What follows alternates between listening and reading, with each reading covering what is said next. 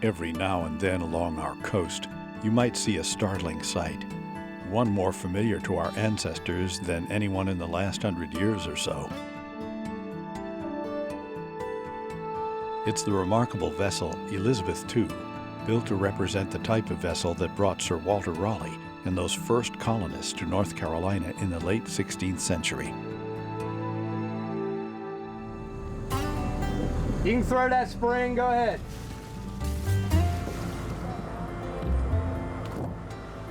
Based at Manteo's Roanoke Island Festival Park, the Elizabeth II is being taken this day on a new adventure. A mission to help our state's oldest town celebrate its 300th birthday.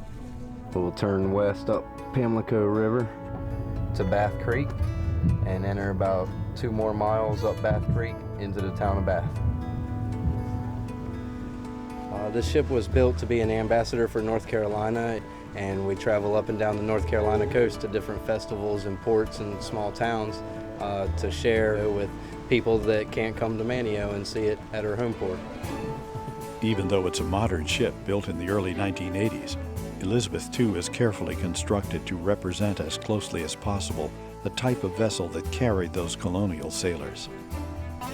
There were very few records of the original Elizabeth, which was one of 7 ships which came in 1585. They knew the tonnage of it and they knew the type of rig it carried, but nothing else than that. So based on research of other similar ships, they were able to come up with a composite or a representational vessel which would have brought those brave settlers over in 1585.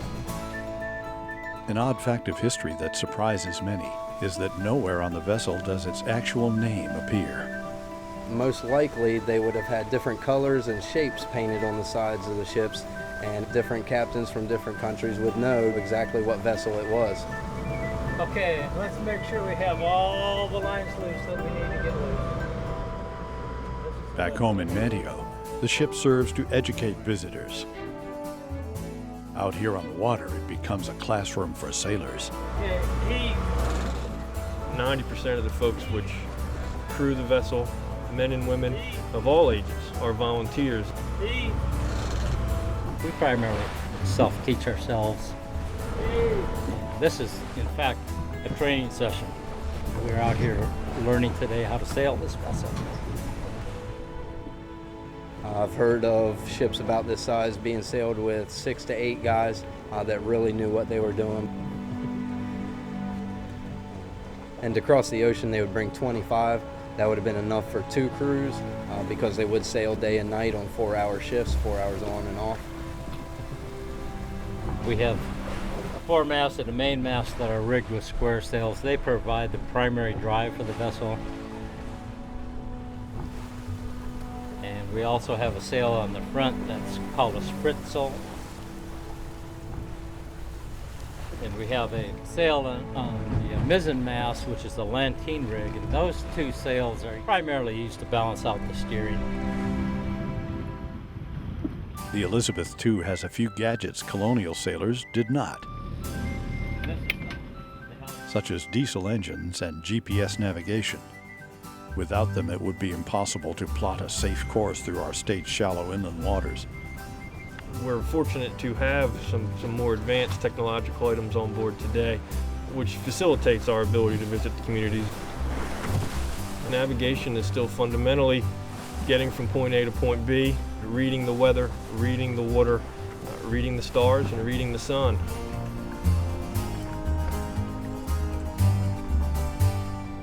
As it's been for generations of sailors, the village of Ocracoke is a welcome sight after a long day on the water.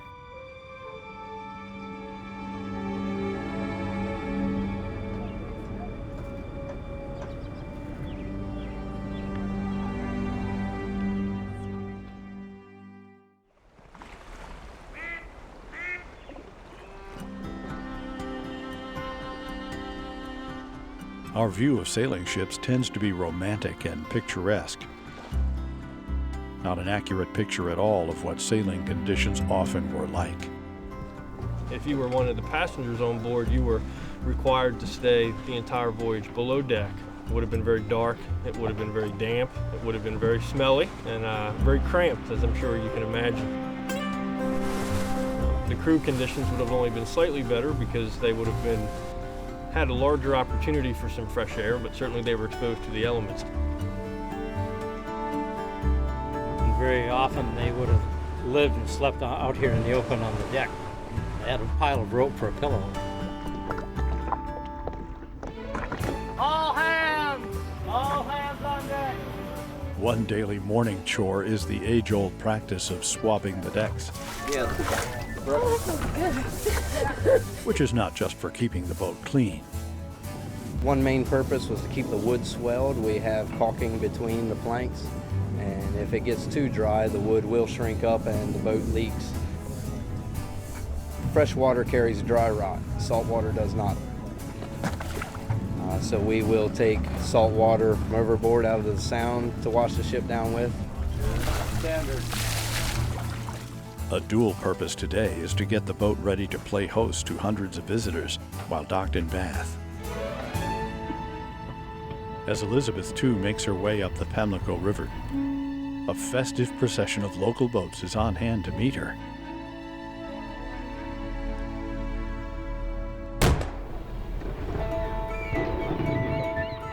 Here it comes.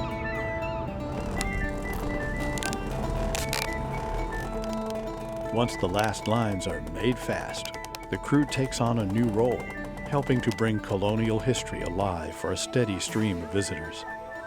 To get a ship moving 400 years ago, you need to have a loud voice. So who among you has a good voice? Well, raising your hands won't tell me anything. Now, when they're at sea, what the men are going to be using to eat is dried meat and also hardtack or ship's biscuits, which are almost like very, very, very dry crackers and as hard as can be. And just this motto, that means morning to you. One of our lads did see a spy. We've got to do something about that. That's right. Give fire! So if you are in port sometime when she is, drop on by to see Elizabeth II, our state sailing ambassador.